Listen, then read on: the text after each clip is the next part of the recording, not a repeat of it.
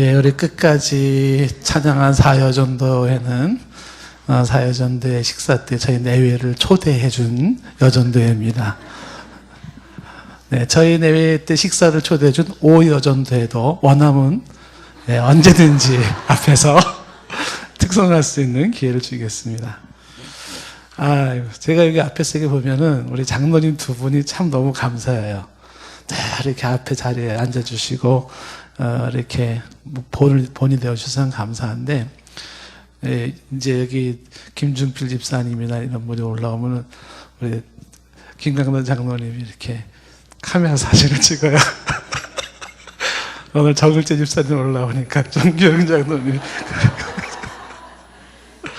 근데 왜 며느리는 왜 안 찍으셔요? 찍었어요? 찍으셨구나. 제가 유심히 봤어요, 이렇게. 근데 사여전도는 왜 찍으셨어요? 사여전도는 왜 찍으셨어요? 그냥.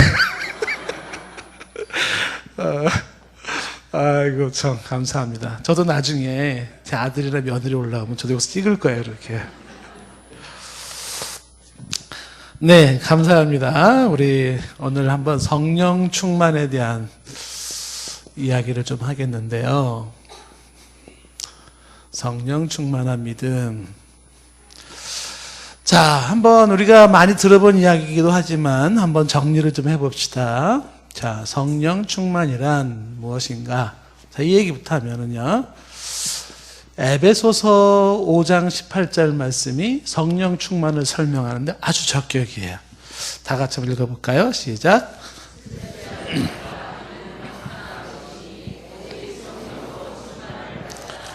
그러니까 성령 충만이 뭔가 요거를 이해하기 가장 좋은 게 뭐냐면 술 취한 거로 생각하시면 돼. 술 취함.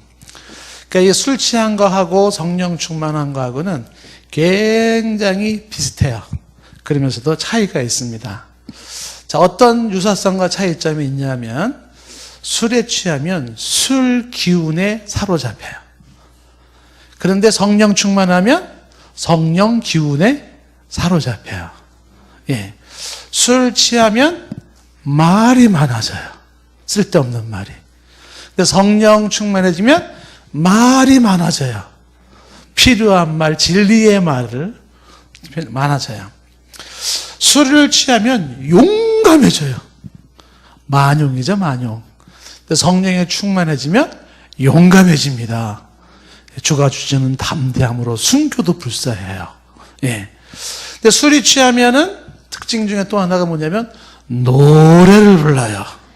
예, 누가 사랑을 아름답다 뭐 이렇게. 네. 옛날에 저 안 그랬어요. 네.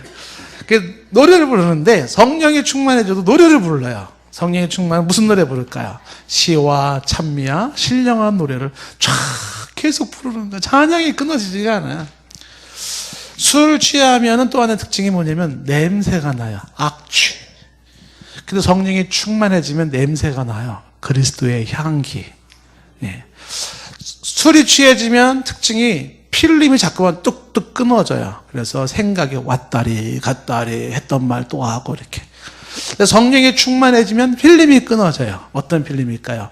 과거의 옛날 옛 생활의 삶의 방향이 탁 틀어지면서 옛 생활이 끊어져 버리는 거죠. 술에 취하면 특징 중에 또 하나가 뭐냐면 자꾸 자기 자랑을 해요. 내가 말이야 왕년에 이래봐도 이렇게. 근데 성령 충만해지면 어떻게 될까요? 자랑이 많아져요. 누구 자랑? 주님 자랑, 예수님 자랑이 많아져요.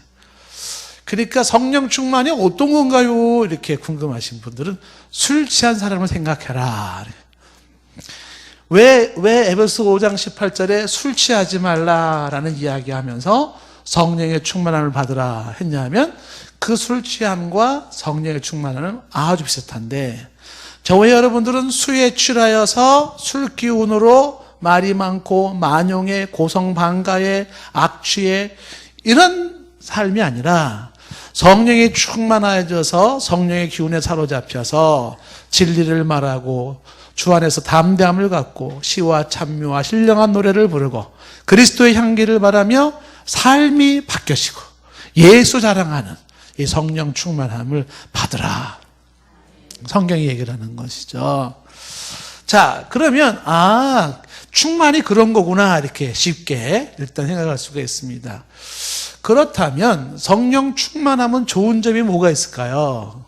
성령 충만하면 좋은 점 어떤 게 있을까요? 성령 충만한 좋은 점 여러 가지가 있습니다.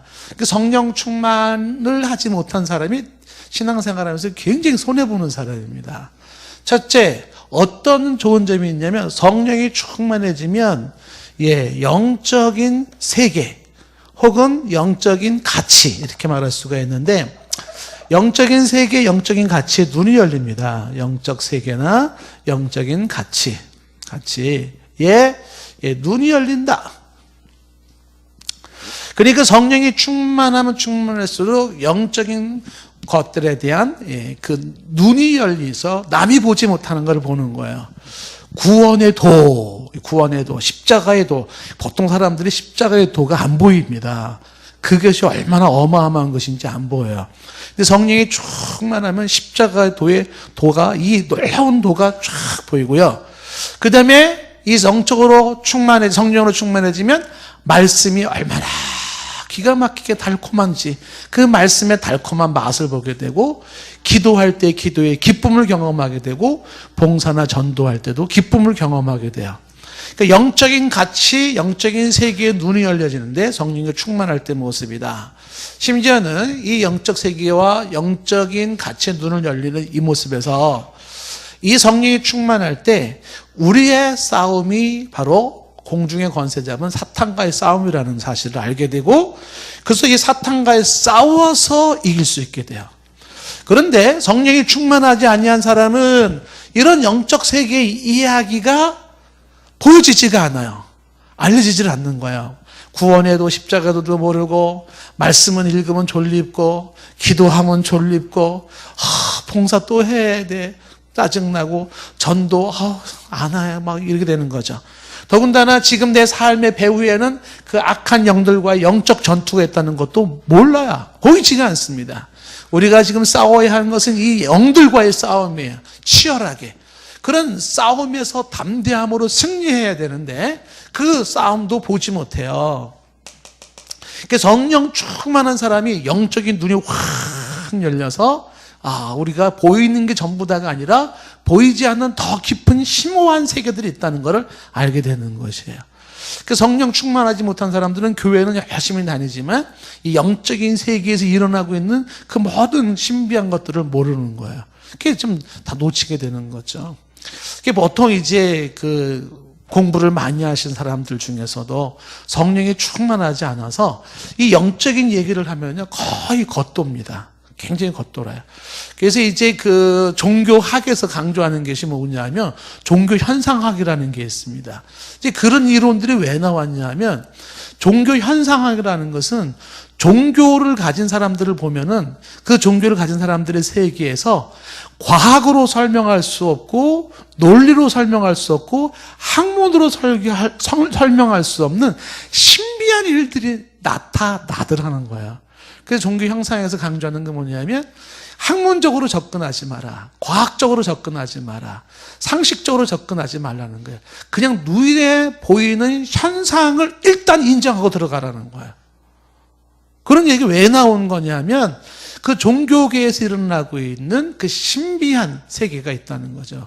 그런데 이거를 보지 못한 사람들, 경험하지 못한 사람들한테 얘기하면은 에이, 그럴 일이 있어? 뻥이야. 이렇게 한다는 거야. 여러분, 아프리카에서 무속신앙에 막 빠진 사람이 막 뭔가 휘어잡혔어요. 근데 막 격렬하게 춤을 추는데 이 사람들이 공중으로 붕붕 떠요. 이렇게. 그거를 눈으로 직접 본 사람들은 깜짝 놀라는 거죠. 사람이 제정신이 아니에요. 근데 막 붕붕 뜨거든요. 이렇게. 아니, 이게 어떻게 된 거예요? 과학적으로 설명이 안 되고 학문적으로 논리적으로 설명이 안 되는. 그런데 실제로 벌어지고 있거든요. 이게 종교계의 현상인 것이죠. 그 영적인 세계도 마찬가지예요. 그냥 이 영적인 체험이 없는 사람들 있잖아요. 그 영적인 경험이 없는 사람, 보지 못하고 듣지 못하고 경험하지 못한 사람들에게는 그 사람들은 일반적인 비영적인 학문과 비영적인 논리와 비영적인 과학으로 얘기할 때 에이 뻥 말도 안 돼. 에이 그게 어디 있어. 밤은도 이해를 못하는 거예요. 에이 저건 그냥 중얼중얼 되는 거겠지. 이렇게 되는 거예요. 그런데 성령이 충만한 사람들에게는 이제 보이죠. 이 십자가의 도부터 시작해가지고 구원의 도부터 시작해가지고 그리고 말씀, 기도의 능력과 그리고 악한 영들과의 싸움과 신비한 성령의 운행하심으로 나타나는 현상들을 볼 수가 있다. 그게 성령 충만한 사람이 갖는 좋은 점이에요. 두 번째, 이 성령 충만함은 이 유사한 얘기일 수도 있지만요. 바로 이 성령이 주는 성령의 은사를 체험하게 됩니다. 성령의 은사라고 하는 것은 오직 성령을 통해서만 주어지는 특별한 달란트, 특별한 선물이 있습니다. 이것은 성령을 통해서 주어지는 것이기 때문에 일반적으로 우리가 다른 성령을 통하지 않은 다른 거로 얻어지는 것하고는 차원이 다르는 거야. 그럼 어떤 은사들이 있는가? 이 대부분의 은사가 초자연적이에요. 초자연적인 게. 그게 이제 고린도전서 12장 4절에 나오는 거죠. 고린도전서 12장 4절 이하에서부터 보면은 어떤 게 나와 있냐면 은사는 여러 가지나 성령은 같고 은사는 많아요. 근데 성령은 한 분이야. 한 분이 여러 은사를 주시는데 5절에 직분은 여러 가지나 주는 같으며 6절 또 사역은 여러 가지나 모든 것을 모든 사람 가운데 역사하시는 하나님은 같다. 삼위일체 하나님을 말하면서 7절에 각 사람에게 성령을 나타내심은 유익하게 하려 하심이라. 그러니까 각 사람에게 성령이 나타난다는 것은 성령은 우리를 유익하게 하는 거예요. 우리를 무익하게 하지 않아요. 그 유익하게 하는데 어떻게 나타나냐 하면 12장 그다음에 8절에 어떤 사람에게는 성령으로 말미암아 어떻게 주어졌어요? 지혜의 말씀을, 여기 말씀이라는 게 메시지예요. 그러니까 그냥 지혜라고 생각하면 돼요. 성령이 주는 지혜가 있습니다. 야, 참 지혜롭다. 어쩜 이렇게 지혜로울까? 그게 성령이 주시는 지혜가 있어요. 그리고 어떤 사람에게는 또 같은 성령을 따라 지식의 메시지를, 지식이 그에게 주어져요. 아는 게 많습니다. 한 번 들은 걸 잊혀버리지도 않고요. 엄청난 지식을 가질 수가 있어요. 성령이 지혜를 주시고 깨닫게 하시고 알게 하시는 게 있습니다. 뿐만 아니라 12장 이어지는 9절 말씀에 다른 사람에게는 같은 성령으로 믿음을, 그 은사라고 하는 것이 지금 지혜가 주어지고 지식도 주어지고 믿음도 믿음이라고 다 똑같지 않아요. 아주 큰 믿음, 작은 믿음, 좋은 믿음, 안 좋은 믿음, 뜨거운 믿음, 차가운 믿음. 그 믿음도 성령으로 인하여 믿음이 강해지는 거죠. 그 다음에 또 어떤 사람에게는 한 성령으로 병 고치는 은사를, 그 병 고치는 은사를 신유라 그러잖아요. 그러니까 성령에 의해서 병도 치료가 되는 거예요. 오늘날 사람들은 말하기를 그거는 옛날이지 지금도 무슨 성령으로 병의 치료가 돼 이렇게 말하시는 분이 계신데, 그렇게 말하시는 분들은 이걸 몰라서 그래요. 영적 세계를 몰라서 그러는 거예요. 성령의 치료하심이 있습니다. 그렇죠? 그렇다고 성령의 치료하는데 막 쫓아다니는 거는 결코 건강하진 않아요. 건강하진 않아요. 그러나 그 성령의 치료, 육체적인 치료만 쫙 쫓아다니는 사람들은 건강하진 않지만 그것도 나쁘다 할 수는 없어요. 오죽했으면 그러겠습니까만은 부정할 수 없는 사실은 뭐냐면 성령이 병을 치료하십니다. 더 중요한 것이 있지만은 병 고치는 은사가 있다. 뿐만 아니라 10절 말씀에 보면 어떤 사람에게는 능력을 행합니다. 능력. 성령을 통한 능력이 나타나기도 하고요. 어떤 사람에게는 예언도 주어져요. 예언. 그렇죠. 그리고 또 어떤 사람에게는 영분별, 영을 분별합니다. 영분별의 은사가 있어요. 예. 그것도 은사입니다. 그리고 어떤 사람에게는 방언을 하게 되고요. 그리고 또 어떤 사람은 방언을 통역을 하기 시작해요. 자, 이런 모든 것들은, 지금 모든 것들은 성령이 주시는데요. 11절 말씀 이렇게 말하고 있습니다. 이 모든 일은 같은 한 성령이 행하사 그의 뜻대로 각 사람에게 나누어 주심이라 그랬어요. 여기서 중요하게 짚고 넘어가야 되는 것은 뭐냐면 이런 은사가 있는데 이런 은사가 성령 충만한 사람 모두에게 주어지는 게 아니에요. 지금 뭐라고 되어 있어요? 11절에 각 사람에게 나누어 주심이라 그랬어요. 그래서 각 사람에게, 그러니까는 어떤 사람에게는 이거를, 어떤 사람에게는 이거를, 어떤 사람에게는 이거를. 사람마다 다양한 모습으로 그 은사가 달라질 수가 있다. 그러니 내가 성령에 충만해서 여기 지혜가 없을 수도 있고 성령에 충만해도 지식이 없을 수도 있어요. 그건 성령이 각 사람에게 필요한 대로 나누어 주시는 거예요. 어떤 걸 나누어 주시든지 간에 성령이 주시는 그 신비한 역사가 있는데, 여기서 여러분들은 다시 한번 강조하지만 이 은사라고 하는 것은 성령에 의한 은사예요. 공부를 많이 했고 적게 했고의 문제도 아니고요. 뭐 다른 게 아니에요. 오직 성령의 역사하심으로만 주어지는 지혜가 있고요. 성령의 역사하심으로만 주어지는 지식이 있어요. 신비한 것들입니다. 이건 뭐 과학으로 증명할 수 있지 않아요. 근데 나타나는 현상이 있습니다. 굉장히. 그래서 지금 예를 들어서 영적 세계에서 말씀 있잖아요. 성경 말씀. 성경 말씀도요, 여러분 성경 말씀의 그 깊이를 깨닫는 사람이 누구냐?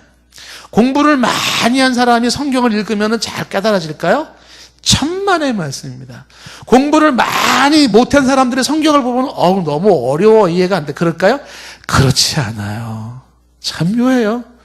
성령께서 역사하시는 사람은 배운 게 없어도 말씀의 그 깊이를 깨닫고 이해합니다. 그런데 성령의 역사가 없으면은요, 대단한 학식을 갖고도 이게 뭔 소리야, 이거 도저히 이해도 안 되고 뭔 소리인지 모르겠네, 이렇게 되는 거예요. 성령이 주시는 역사가 있다라고 하는 것입니다. 그런데 좋은 점은 이 영적인 세계에 눈이 열리고 가치의 눈을 열리고 은사를 주실 뿐만 아니라 또 좋은 점이 뭐냐면 이 성령의 열매를 맺게 하세요. 성령의 열매. 그 은사와 열매는 다릅니다. 예, 이 성령의 은사라고 하는 것은 좀 전에 말했지만 여기 나와 있는 이게 다 이런 것들은 초자연적인 현상이에요. 초자연적인 현상. 그러니까 이성을 초월하고 자연적인 현상을 초월하는 일들이 벌어지는 거죠. 그런데 성령의 열매라는 건 뭐냐? 이건 다 인격적인 열매예요. 인격적인 열매. 그게 갈라디아서 지금 5장 이제 22절, 23절 말씀인 것이죠. 갈라디아서 5장 22절, 23절 말씀 우리가 잘 아는 말씀이죠. 어떤 말씀이 있습니까? 22, 23절 말씀은 오직 성령의 열매는, 그리고 뭐라고 나왔어요?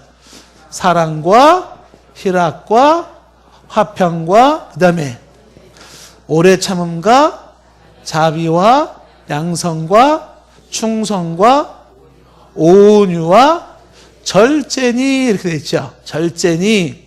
그래서 이 사랑, 희락, 화평으로서 7가지를 말하면서 절제니 그러면서 그 다음에 뒷얘기가 뭐라 그랬어요? 이 모든 법을 금지할 법이 없다라고 되어 있어요. 그러니까 이거는 금지할 수가 없어요. 금지할 수가 없다. 이렇게.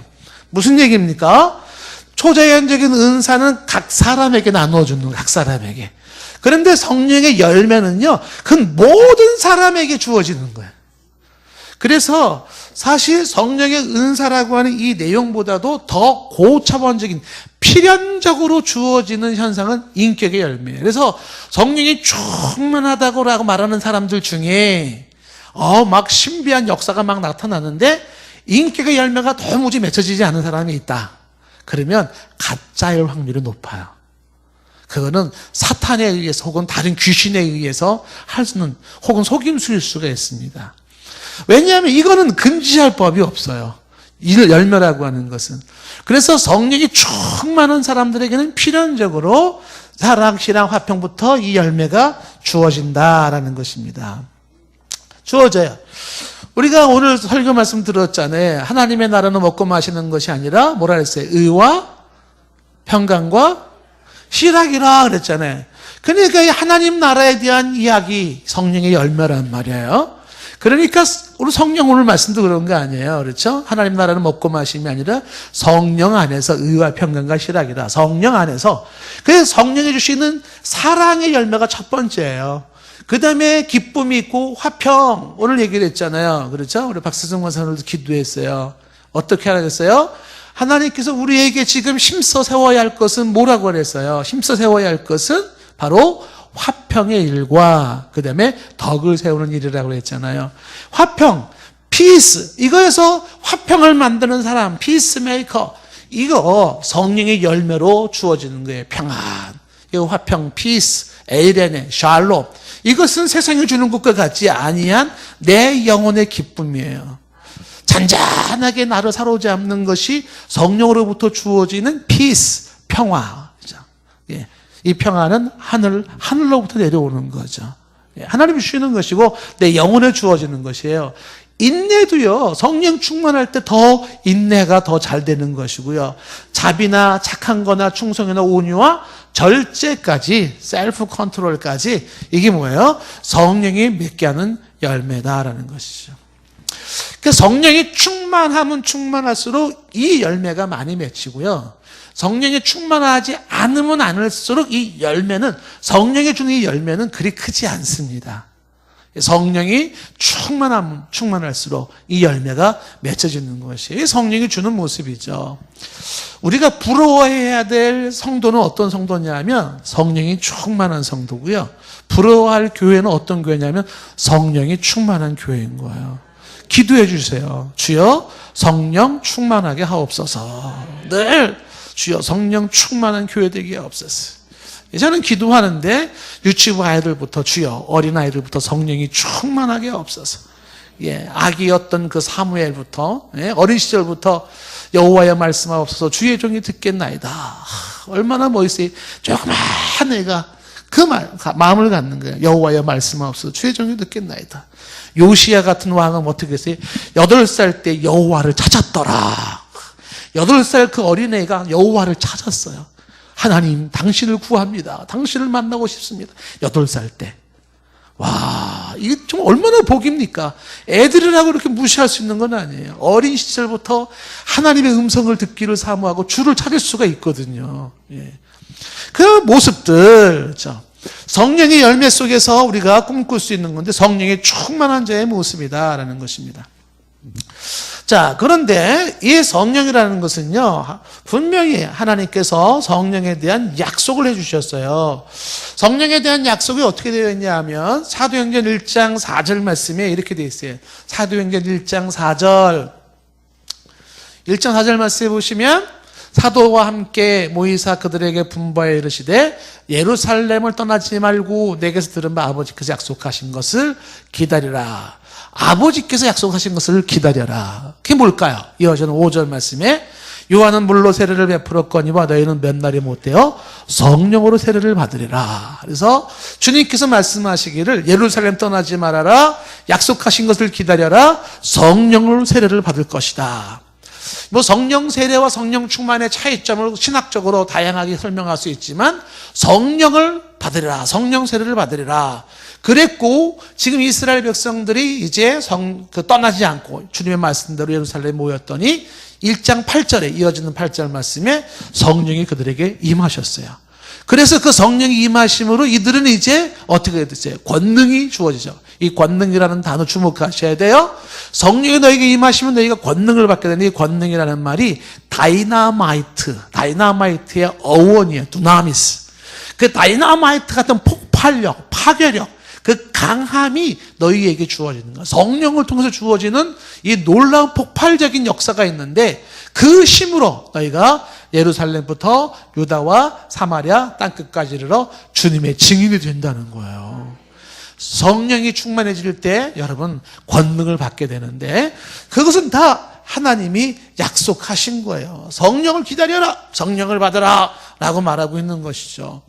요한복음 15장 26절에 예수님께서도 말씀하셨어요. 요한복음 15장 26절 말씀에 내가 아버지께로부터 너희에게 보낼 보혜사 곧 아버지로부터 나오시는 진리의 성령이 오실 때 그가 나를 증언하실 것이라. 그래서 진리의 성령이 오시면 그 진리의 성령이 바로 나를 증언하시다. 구약 성경의 요엘도 마찬가지지만 성경의 수많은 내용들이 주의 성령이 임하실 것을 말씀했어요. 성령이 임한다 이렇게. 자, 그러면 성령이 임하는 모습은 어떻게 나타나는가요? 자, 한번 보면은요, 성령의 임하시는 현상을 보면, 이 현상은 모두가 일괄적이지는 않아요. 그런데 현상을 보면, 오늘 말씀에 보면, 2절 말씀에 보면은, 호련히 하늘로부터 급하고 강한 바람 같은 소리가 있어. 그래서, 첫째, 호련히, 이 호련히라고 하는 말은 갑자기라고 하는 것이. 그러니까 성령이 조용하게 내주할 수도 있고 역사할 수도 있지만, 그러나 성령이 갑자기 확 임할 수가 있어요. 그래서 많은 사람들이 보면은 성령의 강한 역사하심 앞에서 팍 깨져버리는 경우가 있습니다. 우리 이제 인터넷에 지금 그분 지금 막 전국적으로 간증을 많이 하고 다니시는 분이 계세요. 김정은 교수라고 울산대 법학 교수인데, 이분이 스님이었었어요. 근데 이분이 우리나라의 종자연이라고 종교자유연구실천회라고 하는 걸 기획하고 만든 사람이에요. 그 종자연이라는 것이 기독교를 없애려고 만든 불교 신자들을 중심으로 만든 단체예요. 대관고등학교 그 사건을 계기로 해가지고서. 근데 이분이 기독교를 박멸해야 됐다고 생각했던 현대판 사울 같은 사람이었었죠. 이 사람이. 그래서 기독교는 악한 존재고 기독교를 없애버려야만 된다고 생각해서 종자연을 지금도 종자연 활동을 많이 합니다. 사랑의 교회 같은 경우에 지금 거기에서 막 그 분란을 일으켰던 세력 중에 하나도 종자연이라고 그러더라고요. 물론 이게 다 검증도 해봐야 될지 모르겠지만은 그분의 얘기 중에 하나가 이제 얘기를 하는 거예요. 근데 이분이 그 스님이었었고요. 그 군승이라고 군종 장교가 아닌 군승으로 군대에서 이제 근무했던 분이에요. 근데 이분이 절에서 기독교를 연구를 한 겁니다. 기독교를 박멸시키려고. 근데 어느 날 너무 절에만 있으면 두통이 자꾸만 오는 거예요. 그래서 너무 힘들어가지고 이제 집으로 돌아갔답니다. 집에 들어가서 습관처럼 이제 그 기독교 방송을 한번 들었던 모양이에요. 기독교 방송을 딱 들은 이유는 뭐냐면 기독교 흠집 내려고. 기독교 방송을 들으면서 기독교 목사가 무슨 잘못을 말하고 있는지 이런 거를 흠집 내려고 기독교 방송을 딱 들었는데, 그때 방송에서 설교하는 목사님이 얘기를 했다는 거예요. 뭐라고 얘기를 했냐면, 당신은 죄인입니다. 당신은 죄값을 받아야 합니다. 그때 이제 이분은 순간적으로 웃기고 있네, 그런 거죠. 누가 죄인이고 누가 죄값을 받아? 그렇게 웃기고 있네, 그러는 순간에 혀가 꼬부라져가지고요. 혀가 꼬부라지면서 몸에 경직이 일어나는데, 이분 표현으로는요, 완전히 그 순간 자신은 벼락을 맞은 거래요. 벼락을. 근데 그 순간에 이분이 거기서 완전히 그 순간에 깨져버렸어요. 그래가지고 이분이 지금은 완전히 돌아섰습니다. 그래서 십자가 예수님의 복음을 깨닫고 내가 죄인인 걸 알게 되었고, 그리고 지금 우리가 지금 일어나고 있는 지금 뭐 동성애 문제라든지 이런 모든 것들이, 그분은 지금 악한 영들의 영적 전투의 현장을 이념적으로 풀어가고 있어요. 이념 대결을 하고 하는 것으로. 여러분 이제 유튜브라든지 검색하면 많이 나와요. 그런 분들 경우는 뭐냐면, 호련히 성령이 강하게 치시는 거예요. 그래서 이 호련이라는 말과 함께 나온 게 뭐냐면, 급하고 강한, 이런 말이 나오잖아요. 급하고 강한 역사가 성령이 그렇게 임할 수가 있습니다. 어느 날 갑자기 호련히 임하기도 하고 샥 쉬어감는 역사로 나타나기도 해요. 근데 이 급하고 강한 성령의 역사하시면 저항이 불가능합니다. 아까 이분처럼 꼭 끊어져 버려요. 그냥 꼭 끊어져 버립니다.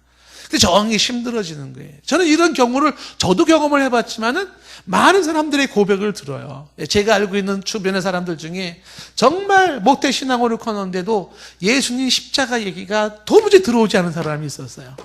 그런 얘기는 아주 그 설교하면 막 하품하고 지루한 얘기로 생각을 했었어요.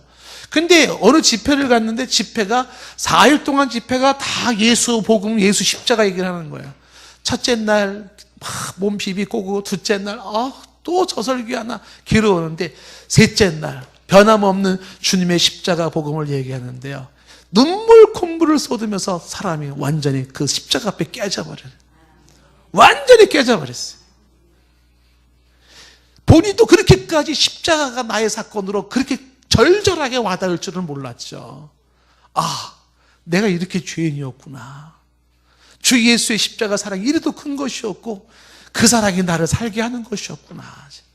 예수 그리스도의 십자가를 통한 새 생명을 경험하면서 날아갈 듯이 감동하면서 인생을 완전히 바꾼 사람들이지. 이런 역사도 어떻게 일어나는 거냐면 갑자기 강하게 휘몰아칠 수가 있는 것이죠. 그 성령의 역사하심이 그렇게 올 수 있다라고 하는 것입니다. 자, 하나님의 임재하심이 피부로 느껴지는 선명한 체험이죠.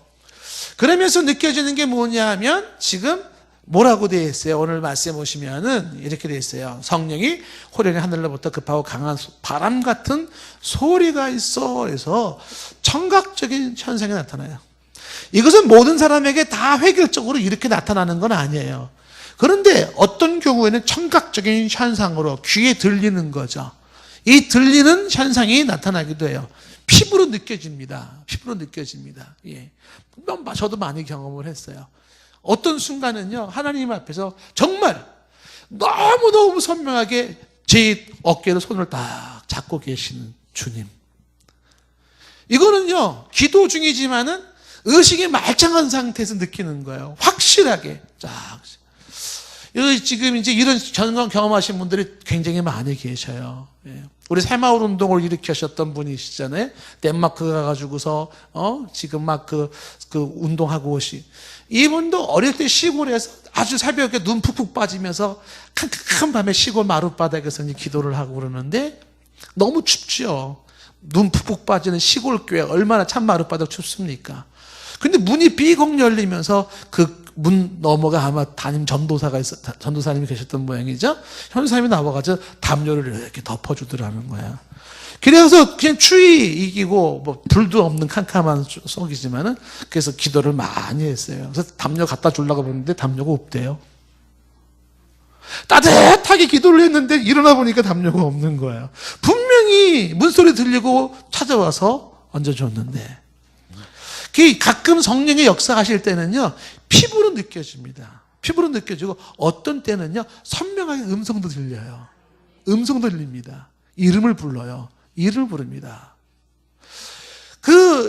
이 피부로 느껴지는 역사가 성령 충만할 때 들려져요. 혹은 눈으로도 환상도 보여지기도 하죠. 환상도 보여집니다. 그 다음에 성령이 충만할 때 모습 중에 하나가 뭐냐면 소리가 있고 그들이 앉은 온 집이 가득하여 해서 그 가득이라는 게 충만함이에요. 충만함. 그러니까 주의 영이 가득 충만하게 채워지는 거예요. 주의 영이. 이것도 경험 안 해본 분들은 이해를 못 해요. 이게 성령이 충만할 때 내 주변이 영으로 가득 차진다는 게 어떤 건지 경험 안 해보신 분들은 몰라요. 가득 채워지는데 그 공간 자체가 영으로 충만해지는 거예요, 이게. 그래서 그 가득한 기운이 흐릅니다. 그 분위기가 달라요. 제가 담은 있잖아요. 우리 교회에서 설교할 때고 다른 교회에서 설교할 때고 굉장히 차이를 느낍니다. 여러분, 제가 다른 교회 가면요, 진짜 깜짝 놀랄 만큼, 제가 스스로 놀랄 만큼 교회가요, 찬바람이 샥 돌고 있어요. 제가 설교하기 힘들 만큼. 제가 아주 심하게 설교할 때 가장 힘들었던 게 뭐냐면 그 일반 대학, 신학생들은 일반 대학생들을 놔두고 설교할 때예요. 야, 그때는요, 설교하러 딱 올라가잖아요. 목이 막혀서 말이 안 나와요. 그 차가운 바람이 얼마나 차가운지 분위기가요, 말할 분위기가 안 돼요. 그냥 내려오고 싶은 거죠. 저희 교회에서 제가 익숙해 있어가지고 여러분들 제가 같이 설교하고 그러면은 우리 성도님들에게서 느껴지는 기운이 있어요.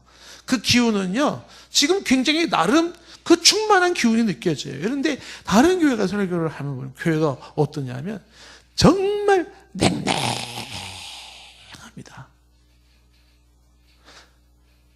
집사람이 이런 표현 쓰지 말라 그랬는데 제가 쓰겠어요. 진짜 시체들을 앉혀놓고 얘기하는 거예요. 청중이 다 시체예요, 시체.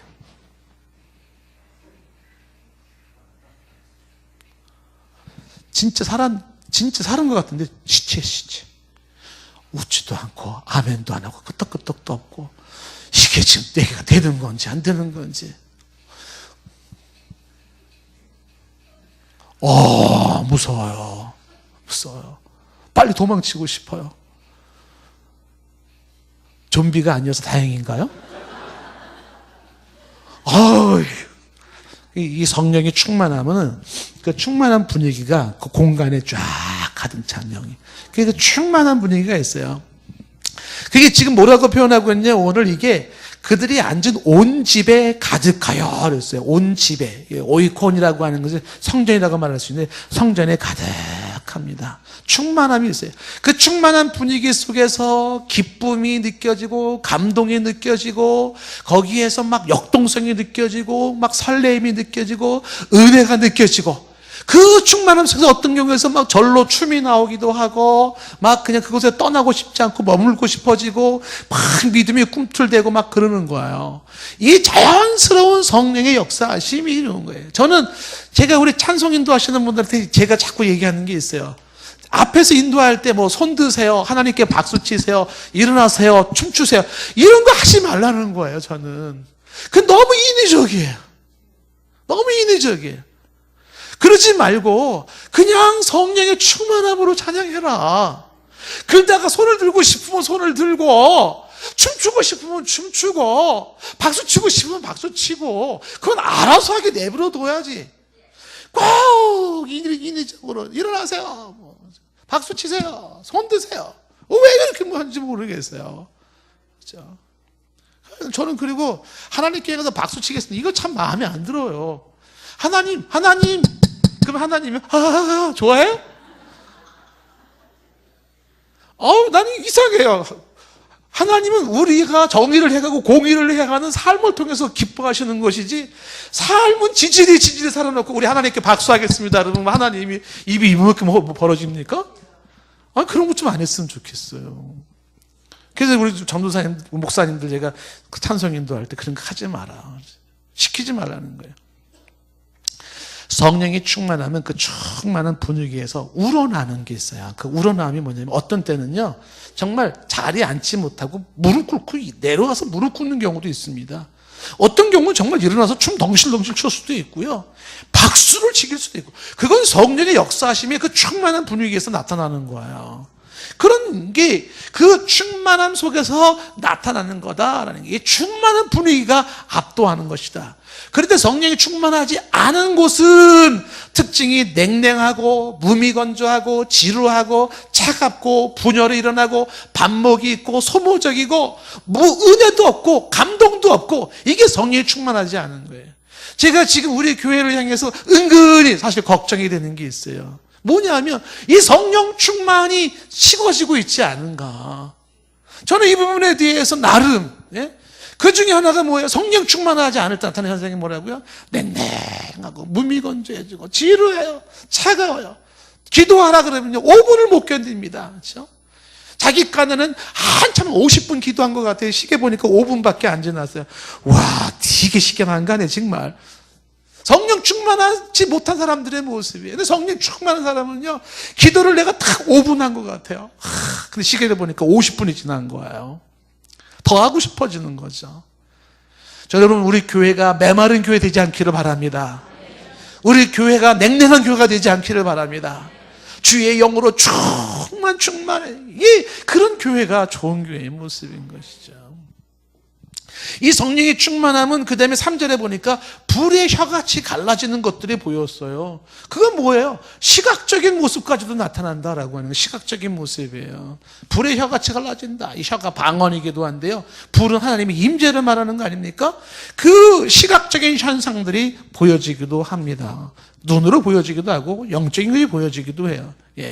저는 귀신을 정말 많이 본 사람 중에 한 사람입니다. 기도하면서 참 많이 봤어요. 어린 시절부터 수도 없는 귀신들을 보아한 사람이에요. 제가 이런 얘기를 하면 아마 굉장히 많은 얘기를 해야 될지 몰라요. 그래서 여러분들은 에이 뻥이야 뻥, 저건 착각이야, 몰라, 이 세계를 몰라, 경험해보지 않은 사람은 몰라요. 전 모릅니다. 귀신? 무슨 귀신이, 진짜 똑똑히 보았습니다. 그렇다고 제가 비몽사몽간에 본 게 아니에요. 예, 명확하게 봤어요. 별의별 귀신 다 봤습니다. 예, 정말 그 이게 밀가루 자루 같은 하얀 포대기, 풍선같이 포대기가 되어 있는 풍선 같은 게 눈만 찍찍찍 그려져 있어요. 그림도 그릴 수가 있습니다. 이렇게.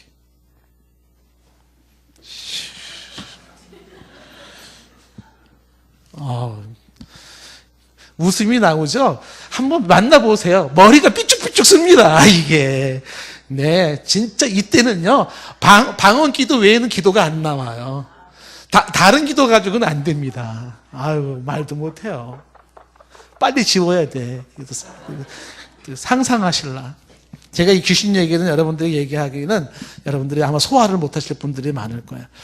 그 다음에 3절에 보니까 불의 혀같이 갈라지면서 각 사람에게 하나씩 임하여 보이더니, 그래서 각 사람에게, 아까 얘기했잖아요. 이게 개인적으로 나타나요. 개인적 체험으로 나타나는 거예요. 그래서 어떤 사람에게는 임하고 어떤 사람에게 임하지 않고, 단체적으로도 나타날 수 있지만 개인적으로 임하게 한다는 거죠. 그런데 이 성령이 있잖아요. 충만하면 성령이 하게 하심, 이거만 얘기하고 좀 제가 오늘 시간이 없어서 좀 정리를 해야 될 것 같은데 한번 따라해보세요. 성령의 하게 하심.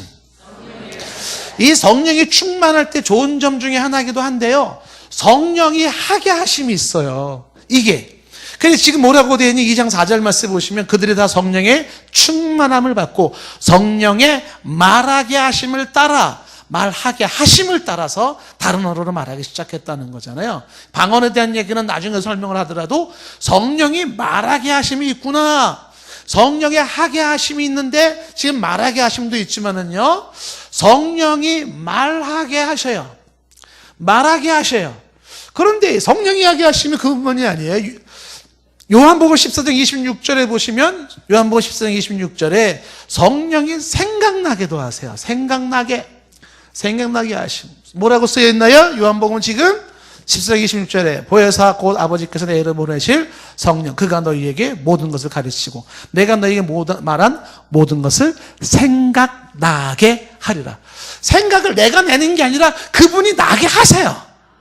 이 성령이 생각을 나게 하시는데 진리를 생각나게 하신다. 이게 아까 지혜에 해당되는 거 아니겠습니까? 지식에 해당되는 거 아니겠어요? 성령이 깨닫게 하심과 성령이 알게 하심과 성경이 생각나게 하시는 게 있어요. 그런가 하면 이제 고린도서 12장 3절 말씀, 고린도서 12장 3절에 보시면 성령이 믿게 하세요. 믿게 하심. 난 믿으려고 해도 잘 안 믿어져. 그럴 수 있습니다. 안 믿을 수 있어요. 근데 성령이 믿게 하세요. 그러므로 너희에게 알레노니, 하나님의 영으로 말하는 자는, 하나님의 영으로 말하는 자는 누구든지 예수를 저주할 자를 하지 아니하고, 또 성령으로 아니하고는 누구든지 예수를 주시라 할 수가 없습니다. 성령을 통하여 믿게 하시고 성령을 통하여 주로 고백하게 하시고 성령으로 신앙 고백하게 하시는 거예요. 성령으로 아니하고는 누구든지 예수를 주라 할 수가 없어요. 목을 비틀어 본다고 예수를 주라 신하겠습니까? 안 됩니다. 근데 성령의 역사하시면요, 그늘과 모래도 예수는 주예요. 예수는 주.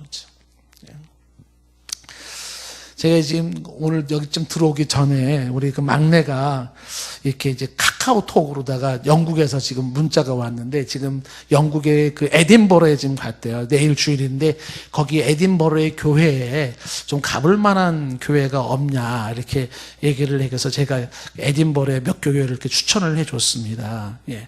그 에딘버러 그 교회 중에 그레이 프라스턴가요? 이게 잘 생각이 안 나는데, 거기 교회 중에 하나가 무슨 교회가 있냐면 지붕 없는 감옥이라는 교회가 있어요. 이게 스토리가요, 굉장히 눈물겨운 장면입니다. 우리 장로교회 시작이 영국의 에딘버러에서 시작됐거든요. 근데 거기에 장로교회 신앙을 가졌던 사람들 중에 영국 정부가 교회의 머리는 왕이다 이렇게 명령하면서, 교회는 왕의 명령을 드리고 교회의 목회자는 왕이 세워야 된다, 왕권 신수설을 주장할 때 거기 장로교 세웠던 사람들, 칼빈의 후예라는 사람들이 뭐라고 얘기를 했냐면, 그런 소리 하지 마십시오. 교회의 머리는 예수 그리스도입니다. 이래가지고 정부랑 부딪혀가지고요, 찰스 2세죠. 이 사람이 뭐라고 얘기했냐면, 모든 저 스코틀랜드에 있는 크리스찬들을 잡아 죽이게 했어요. 그 사람들을 모아놔가지고요, 지붕 없는 감옥이라고 하는 한 공간에다 모아놨어요. 지붕이 없는데 울타리가 사람 키밖에 안 돼요. 여기서 비 맞히고 눈 맞히고 굶어 죽이는 거예요, 그냥. 울타리가 이렇게 우리 키밖에 안 되는 건 빨리 도망가라는 거예요. 기록에 의하면 이곳에서 1200명, 어떤 데는 1800명이라고 나오더라고요. 신자들이요, 한 명도 안 도망가 다 죽었어요. 그래서 이 사람들이 지붕 없는 감옥에서 비가 오고 눈이 오고 그쪽에서 배고픔 속에서 얼마나든지 그 울타리 넘어갈 수 있어요. 안 넘어가는 거죠. 보이는 이 세상에서가 아니라 보이지 않는 영원한 세계를 꿈꾸면서 순교를 해요. 거기서 그 장애가 있다고요. 그런데 그런 게 어떻게 나올 수 있는 거냐, 이게 성령의 충만함에서 나타나는 모습인 것이에요. 성령의 충만함으로 믿게 하시고 고백하게 하시고 그 누가 뭐라 해도 예수 그리스도를 붙잡게 만드는, 십자가 붙잡게 만드는 거예요. 성령이 하게 하심이에요. 그 다음에 16장 사도행전 16장 6절에 보시면 이 성령이 뭐를 말하냐면 성령이 행하게 하심이에요. 성령이 강권적으로 뭐뭐를 행하게 하십니다. 그게 사도행전 16장 6절에 보면 성령이 아시아에서 말씀을 전하지 못하시게 하거늘 그들이 부르게와 갈라디아 땅으로 건너갔다. 성령이 막으셔요. 성령이 막는 게 있고 성령이 미시는 게 있습니다. 성령이 행하게 하심. 여러분, 이 성령이 행하게 하심은 때로는 우리가 할 수 없는 한계도 뛰어넘게 만들어요. 이게 강한 거죠. 제가 누누이 얘기하잖아요. 우리 인생이 이 가파른 언덕길을 니아까를 끌고 올라가는, 우리가 니아까 끌고 가는 그런 사람과 같아요. 무거운 거를 잔뜩 싣고 이 언덕을 올라가는 사람이, 이 인생이 힘들어요. 근데 성령의 충만함은 성령이 밀어주세요. 밀어주십니다. 성령이 하게 하심이라는 것이 있어요. 그래서 성령은요, 때로는 우리가 끊지 못하는 어떤 중독을 끊게 만들어요. 술도 끊게 하고 술이 싫어지게 만들어요. 도박이 싫어지고요, 폭력도 싫어지고. 이게 성령이 하시는 일이에요. 제가 한 분 얘기를 듣고 내가 충격을 먹었습니다. 어떤 분이 이런 얘기를 하시더라고요. 이 경마에 빠진 사람이, 경마에. 근데 경마에 돈을 따기도 하고 잃기도 하니까 이 사람이 아마 재미를 보았던 것 같아요. 근데 결론은 뭐 다 잃게 된 거죠. 집에 재산 다 날렸습니다.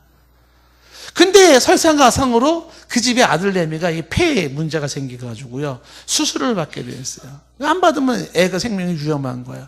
이 부인이요, 정말 남편이라고 경마에 빠져가지고 집안 재산 다 날리고 아들내미는 죽는다고 수술을 앞두고, 그래서 그 부인이 눈물겹게 수술비를 마련한 거예요. 병원 수술비를 마련했어요. 근데 그 수술비를 이 남편이 가지고 또 경마를 가버린 거예요. 그래서 아들 죽었어요. 죽은 날도 아버지가 경마장을 또 가더래요. 내가 이해가 안 되는 거예요. 중독이 그렇게 무서워요. 중독 조심하셔야 됩니다. 한 번이 두 번 되고 두 번이 세 번 되고 세 번이 습관 되는 거 아니에요? 그 습관이 끊어지지 못하는 거예요. 그런데 성령의 역사가 강하게 나타나면요, 성령이 그게 싫어지게 만들어요. 술이 구역질 나게 만들게 지금. 이 경마 이런 거 다 더럽게 여겨지게 만들어요. 옛날에 끌리고 좋았던 게 아주 추잡하고 아주 싫어지게 만들어요. 그 성령의 행하게 하심이라는 게 있어요. 이게 성령 충만하면서 나타나는 것이에요. 도저히 안 되는 것이 가능하게 되는 거죠. 그리고 이 성령이 지금 사도행전 1장 8절에 뭐라고 말했어요? 오직 성령이 너에게 임하시면, 너희가 성령 충만을 받잖아요. 그래서 어떻게 했어요? 예루살렘부터 유다와 사마리아 땅 끝까지 이르러 내 증인이 되리라에 되리라. 전도가 되어지게 되어 있는 거예요. 전도를 하는 게 아니고요, 내가 하는 게 아니라 전도가 되어져요. 성령이 강건적으로 하게 하심으로 되어지게 된다. 이거 성령이 하게 하심인 것이죠. 성령의 말하게 하심이라는 거죠. 자, 그렇다면 여러분들 어떻게 해야 성령이 충만해질까요? 성령 충만을 위해서 간단하게 얘기를 하자면, 첫째, 성령을 버리고 성령 충만할 때는 회개할 때 성령이 충만했었어요. 사도행전 2장 38절, 베드로가 너에게 이르되 회개하여 각각 예수 그리스도의 이름으로 세례를 받고 죄사함을 받으라. 회개하여 죄사함을 받으라. 그러면 성령을 선물로 받으리니. 우리가 주님 앞에 회개할 때 성령의 역사가 임하고, 그 다음에 기도에 올인할 때, 기도에 올인할 때 성령 충만함이 주어지는 거예요. 사도행전 2장 1절 말씀에 오순절날에 사람들이 다 한 곳에 모였어요. 왜 모였을까요? 사도행전 1장 14절 말씀에 그들이 다 한 자리에 모여서 모였어요. 오로지 기도에 힘쓰더라. 기도에 힘썼어요. 오로지 기도에 힘썼어요. 그랬더니 4장 31절 말씀에 이렇게 돼 있어요. 빌기를 다음에 모인 곳이 진동하더니 무리가 다 성령이 충만하여, 빌기를 다음에 오로지 기도에 힘써서 빌기를 다했더니 성령이 충만하게 임하기 시작했어요. 부러운 성령, 그 역사가 일어나는 것이죠. 오늘 말씀 사도행전 2장 4절 말씀도 그들이 다 성령의 충만함을 받고 라고 하는 것은 기도와 함께 주어지는 것이고요. 그 다음에 성령의 충만은 말씀 속에서 나타나요. 말씀을 들을 때, 말씀을 볼 때, 그러죠. 예? 사도행전 10장 44절 말씀, 사도행전 10장 44절에 베드로가 이르되, 10장 44절 말씀에 10장 44절에 베드로가 이 말을 할 때에 성령의 말씀 듣는 모든 사람에게 내려오시니 그랬어요. 그러니까 이 베드로의 설교 말씀이 주어질 때에 사람들에게는 성령이 충만하게 임했더라라는 것이고요. 그 다음에 성령 충만은 찬양과 함께 주어지기도 해요. 찬양에 하나님 앞에서 열심으로 찬양할 때 다윗 같은 모습으로 나타날 수도 있다는 것입니다. 자, 여러분들, 사도행전은 성령 행전인 것을 우리가 보았잖아요. 7 집사들을 뽑을 때 성령 충만한 사람을 뽑아라 아닙니까? 사도행전 7장 55절에 스데반이 죽을 때 성령이 충만하여, 성령이 충만하여 순교하잖아요. 사도 바울이 사도행전 9장 17절 말씀에 어떻게 해요? 성령의 충만함으로 충만하게 하신다. 아나니아를 통해서 성령을 충만하게 하신다. 아나니아를 통해서 성령 충만을 받잖아요. 사도행전 11장 24절에 바나바는 착한 사람이요 성령과 믿음이 충만한 사람이라 그랬어요. 쟤들이 핍박 속에서도 막 즐거워해요. 왜 즐거워했을까? 사도행전 13장 52절 말씀에 제자들은 기쁨과 성령이 충만하였더라. 이 장면이 뭐냐 하면 핍박 속에서요. 그때도 성령의 충만함으로 기뻐했었다라고 하는 것입니다. 성령 충만은 이례적 사건이 아니에요. 한 번 충만이 계속되는 게 아니에요. 성령 충만은 그냥 있다가 없다가 그러는 것이에요. 성령의 충만해졌다가 식어졌다 그러는 거예요. 제가 여러분들에게 굉장히 경계하고 싶은 게 그 말씀 아니면, 여러분들 성령을 쉽게 만드는 곳이 어디입니까? 그곳에서 나오셔야 돼요. 어쩌면 여러분이 배우고 있는 공부가 성령 충만을 까먹는 곳일 수가 있어요. 내가 즐겨가는 취미 활동하는 그곳에서, 내가 좋아하는 그곳에서 어떤 자리에서든지 간에 성령 충만을 쉽게 만드는 그런 곳이 있어요. 대단히 손해를 보는 거예요. 성령이 충만한 장소를 사모해야 되고, 그 충만한 장소에서 충만함을 가지고 나가야 돼요. 이건 한 번 충만함이 죽을 때까지 가는 게 아니에요. 성령의 내주하심은 영원하지만 충만하심은 그때그때마다 달라지기 때문에 늘 성령의 충만함을 유지해야 돼요. 내가 성령을 사모하고, 내가 성령 앞에 회개하고 기도하고, 성령의 말씀으로, 역사 속의 말씀 속에 성령을 체험하고, 그리고 찬양 속에서 늘 내가 성령의 충만함을 유지할 수 있는 것이 지혜로운 거예요. 영적 세계를 보게 하고, 은사를 체험하게 하고, 열매를 맺게 하고, 성령의 하게 하심을 경험할 수 있는 게. 여러분, 오늘 설교를 제가 마칩니다. 바보같이 신앙생활 하지 마세요. 성령 충만이 뭔지도 모르고 신앙생활 하지 마세요. 무지 손해보는 거예요. 시간이 아깝고 돈이 아깝고 인생이 아까워요. 여러분, 기독교 종교는요, 참선하고 깨닫는 종교가 아니에요. 그 정도 종교가 아니에요. 성령의 강하게 역사하심이 있는 게 기독교 역사예요. 기독교 역사 속에서 성령의 충만한 역사가 없이 오늘날 기독교가 존속할 때가 있었나 보세요. 없습니다. 냉랭하가 식어졌던 기독교가 문 닫고 성도들이 떠나가고 교회가 썰렁해지고 텅텅 비어가는 그때에도 누군가가 성령에 충만한 사람이 있음으로 말미암아 교회가 생기가 돌기 시작하고, 교회에 불이 붙기 시작하고, 교회의 사람들이 차고 넘치기 시작하는 거예요.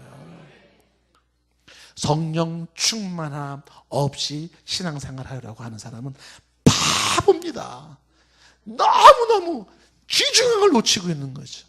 여러분, 성령 충만을 사모하시고 성령 충만을 늘 유지하실 수 있기를 바라요. 기도하시겠습니다. 하나님, 강권적으로 역사하사 성령 충만케 하옵소서.